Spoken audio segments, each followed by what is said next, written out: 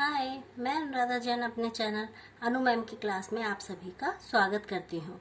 पिछली वीडियो में मैंने आपको भाषा, लिपि और व्याकरण के बारे में समझाया था।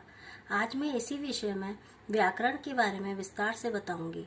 व्याकरण के 3 अंग हैं, जिसमें पहला है वर्ण विचार। तो हम शुरू करते हैं आज वर्ण विचार से। अब आप सभी जान गए होंगे कि शब्दों का निर्माण ध्वनि से किया जाता है। ये ध्वनियां ही वर्ण कहलाती हैं। जैसे हमारा देश भारत है, यहाँ पर मैंने इसको वर्ण विच्छेद करके बताया है। हमारा देश भारत है। इसको ये वर्ण अथवा अक्षर भाषा की सबसे छोटी इकाई है। इनके और टुकड़े नहीं किए जा सकते। ध्वनि का वह रूप जिसके और टुकड़े ना किए जा सके वर्ण अक्षर कहलाता है। वर्णमाला, वर्णों के मिलने से वर्णमाला बनती है। जैसे अ, आ, क, च, ट, त, प आदि।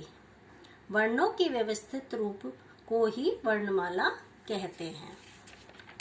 वर्णों के प्रकार। वर्ण 2 प्रकार के होते हैं, स्वर और व्यंजन। स्वर, जिन वर्णों के उच्चारण में किसी अन्य वर्ण की सहायता न लेनी पड़े उन्हें स्वर कहते हैं। स्वर वर्णों की कुल संख्या 11 है, जो कि आप सभी जानते हैं। अयोग, वह। अब हम इसके बारे में जानेंगे। जिनका उच्चारण ए के बिना संभव नहीं होता, इसलिए इन्हें अयोग वह कहते हैं। जैसे अंग, अह, तथ, अह। ये वर्ण स्वर तथा व्यंजन के बीच की स्थिति वाले वर्ण है। अनुस्वार, इसका उच्चारण नाक से होता है। इसका चिन्ह अनुस्वार ये है। ठीक है। अब है अनुनासिक। इसका उच्चारण नाक और मुंह दोनों से होता है। इसका चिन्ह अनुनासिक ये वाला है। इसे चंद्र बिंदु भी कहते हैं। अब हम आते हैं विसर्ग पर। अह, इसका उच्चारण है की तरह है, जिसका चिन्ह विसर्ग ये वाला है। ठीक है बच्चों। अब हम आते हैं मात्राएं। ए के अलावा प्रत्येक स्वर वर्ण को अपनी मात्राएं होती हैं, जो व्यंजनों के साथ मिलकर शब्दों के निर्माण में सहायता करती हैं। स्वर्ण, वर्ण और मात्राएं। देखिए यहाँ पर ये है स्वर, इसकी ए है जैसे, तो इसकी कोई मात्रा नहीं है। और हमने कोई भी शब्द लिया जैसे मात्रा के साथ, तो इसका जैसे कै लिया हमने, तो ये बन गया कसम। इसी तरह से आ है, तो आ से हमने बनाया का और बन गया काला। इसी तरह से हमने कै अक्षर को लेकर सभी शब्दों को स्वर के रूप में समझाया है। अब हम आते हैं ए। यह सभी व्यंजन वर्णों से मिला रहता है, परंतु इसकी कोई मात्रा नहीं होती।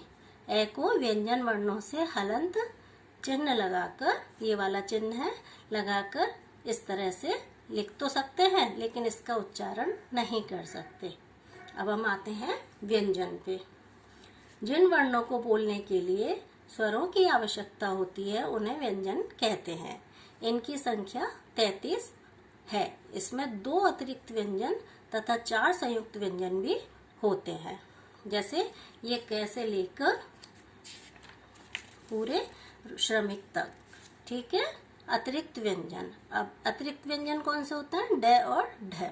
ये ड और ढ के ही विकसित रूप है, यानी इसमें हमने यहाँ पर ये बिंदी लगा दी है, तो इसको हम, ये विकसित रूप है ड और ढ का। लेकिन इनके उच्चारण में भिन्नता होती है, इन्हें ही अतिरिक्त व्यंजन कहते हैं। अब हम आते हैं संयुक्त व्यंजन पे। 2 भिन्न व्यंजनों से मिलकर बनी व्यंजन को संयुक्त व्यंजन कहते हैं। जैसे क्ष, त्र, ज्ञ और श्र। ये 2 अक्षर से मिलकर बने हैं। जैसे क और श से मिलकर बना क्ष, त और र से मिलकर बना त्र, ज और अया से मिलकर बना ज्ञ, और श से र से मिलकर, छ और र से मिलकर श्रमिक बना। अब आते हैं द्वित्व व्यंजन पर। जब एक व्यंजन ध्वनि अपने जैसी अन्य व्यंजन ध्वनि से मिलकर एक हो जाती है तो उसे द्वित्व व्यंजन कहते हैं। जैसे बच्चा, बिल्ली, लट्टू, मिट्टी, सच्चा आदि। अब आते हैं रै वर्ण का प्रयोग करेंगे। अब हम हिंदी में रै वर्ण का प्रयोग कई प्रकार से किया जाता है। जैसे पहला है स्वर रहित यानी र सदैव अपने से आगे वाले पूरे वर्ण के ऊपर रेफ के रूप में लगता है तथा उससे पहले बोला जाता है। जैसे कर्म, तो ये लगेगा किस, हम बोल तो पहले रहे लेकिन लगेगा किस पर, मैं पे, तो कर्म। इसी तरह से ये शर्म, यानी ये बोल तो पहले रहे हैं लेकिन लिखेंगे हम किस पर, मैं पर। अब है दूसरी तरह का र। जब र से पूर्व स्वर रहित व्यंजन क, फ या द आता है तो र उसके नीचे पदयन के रूप में जोड़ दिया जाता है। ये पदयन का चिन्ह है। जैसे विक्रम, तो ये हमने जोड़ दिया क और र, तो ये इसमें हम नीचे जोड़ देंगे तो ये बन गया विक्रम। ऐसे ही है द्र, यानी द्र बन गया और इससे शब्द बना द्रव। अब हम आते हैं ट और ड के साथ। इसमें र इस प्रकार से प्रयोग होता है, जैसे ट और र बन इसमें नीचे लग जाएगा तो इससे बन जाएंगे शब्द ट्रक और ट्रेन। इसी तरह से जब ड में लगेगा तो इसमें भी ऐसे नीचे र लग के ड्रम और ड्रेस बन गया। अब हम आते हैं वर्ण विच्छेद पे। वर्णों को अलग अलग लिखने की क्रिया को वर्ण विच्छेद कहते हैं। जैसे कमल, तो यहाँ पर मैंने वर्ण विच्छेद किया है। कमल कैसे बनाए, ये देखिए, क प्लस अ प्लस म प्लस अ प्लस ल प्लस ए। इसी तरह से राम भी बना है। तो हमने आज इससे क्या सीखा कि ध्वनि का वह रूप जिसके टुकड़े ना किए जा सकें वर्ण या अक्षर कहलाता है। वर्णों के व्यवस्थित रूप को वर्णमाला कहते हैं।